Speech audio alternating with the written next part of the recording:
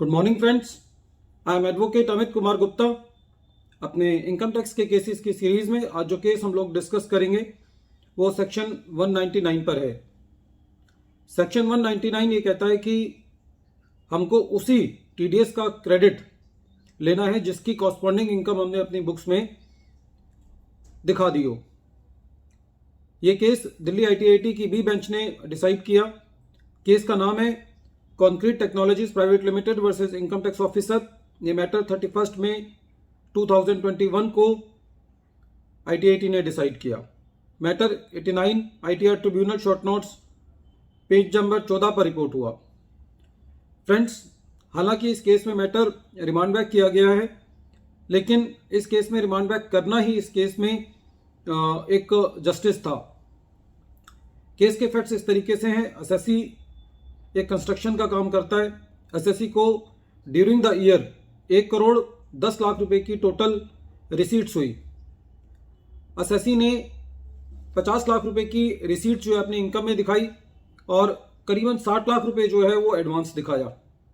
लेकिन एसएससी ने जो टोटल अमाउंट पे टीडीएस कटा था 1 करोड़ 10 लाख पे, उसका सारा टीडीएस जो है वो अपनी बुक्स में क्लेम कर लिया और उसका अपने टैक्स में एडजस्ट कर लिया। कायदे से एसएससी को खाली 50 लाख रुपए जो कि एसएससी ने अपनी इनकम दिखाई थी उसका टीडीएस जो है वो खाली क्लेम करना चाहिए था। पूरा 1 करोड़ 10 लाख का टीडीएस क्लेम नहीं करना चाहिए था। ये एसएससी के पार्ट पे गलती थी। लेकिन दूसरे पार्ट पर असेसिंग ऑफिसर साहब ने अपनी सारी हदें पार कर दी। असेसिंग ऑफिसर साहब ने कहा कि जो टोटल 1 करोड़ 10 लाख रुपए एसएससी को रिसीव हुआ है, जिसमें से 50 लाख रुपए एसएससी ने अपनी इनकम दिखाई है और 60 लाख रुपए एडवांस दिखाया है, तो उन्होंने क्या किया, ये कहा कि क्योंकि एसएससी ने सारा टीडीएस क्लेम कर लिया है इसलिए मैं सारी रिसीट जो है वो इनकम में ले लूंगा। तो असेसिंग ऑफिसर साहब ने सेक्शन 199 की पूरी ही अवहेलना कर दी और 60 लाख रुपए को एसएससी की इनकम में ऐड कर दिया। कायदे से इस केस में जो असेसिंग ऑफिसर साहब को करना चाहिए था, वो जितना एसएससी ने 60 लाख रुपए पे ज्यादा टीडीएस क्लेम किया उसको उस साल ना बेनिफिट देके अगले साल में देना चाहिए था। बहरहाल एसएससी जो है सीआईटी अपील के पास गया। सीआईटी अपील ने असेसिंग ऑफिसर के ऑर्डर को स्टेटस क्यू रखा, इसीलिए एसएससी को दिल्ली आईटीआईटी जाना पड़ा। दिल्ली आईटीआईटी ने यह कहा कि इसमें दोनों पक्षों ने अपने पार्ट पे पूरी तरीके से फेयर डीलिंग नहीं की। एसएससी ने सारे अमाउंट पर टीडीएस क्लेम कर लिया है और असेसिंग ऑफिसर ने सारी रिसीट्स को इनकम में ले लिया है।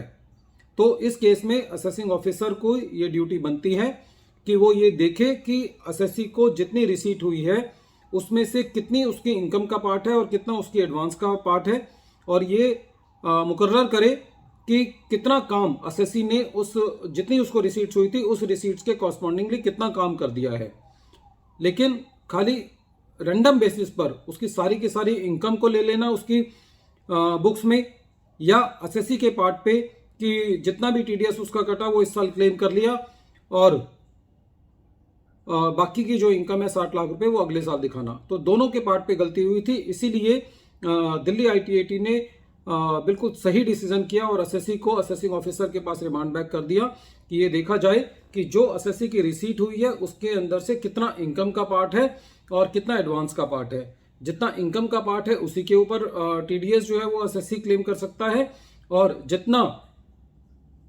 जितनी भी रिसीट एडवांस हुई है उसका जब भी वो एसएससी उसकी इनकम लेगा तो उसको टीडीएस जो है वो उस साल में क्लेम करना है। फ्रेंड्स, वैसे जनरली क्या होता है कि रिमांड बैक के केसेस में जस्टिस डिले होता है, और लेकिन इस केस में रिमांड करना, कई केसेस में रिमांड करना जरूरी इसलिए हो जाता है कि दोनों पक्ष जो होते हैं, जो एसएससी होता है या जो डिपार्टमेंट होता है, वो दोनों ने उस मैटर पे पूरा अपना उसको जस्टिफाई तरीके से नहीं देखा होता। तो ऐसे केसेस के अंदर रिमांड बैक करना ही उस केस में पूरा प्रॉपर जस्टिस होता है। तो आईटीआईटी ने रिमांड बैक करके एक एसएससी और असेसिंग ऑफिसर को दोनों को ये मौका दिया कि आप अपनी अपनी गलतियों को सुधार लें और सही इनकम का आंकलन करें ताकि सही टैक्स दिया जा सके और सही तरीके से एसएससी को रिफंड मिल पाए। फ्रेंड्स, एक बार फिर मैं केस का नाम रिपीट कर रहा हूं। केस का नाम है concrete technologies private limited versus income tax officer. ये केस 31 मई 2021 को डिसाइड हुआ और matter 89 ITR tribunal short notes page number 14 पे रिपोर्ट किया गया।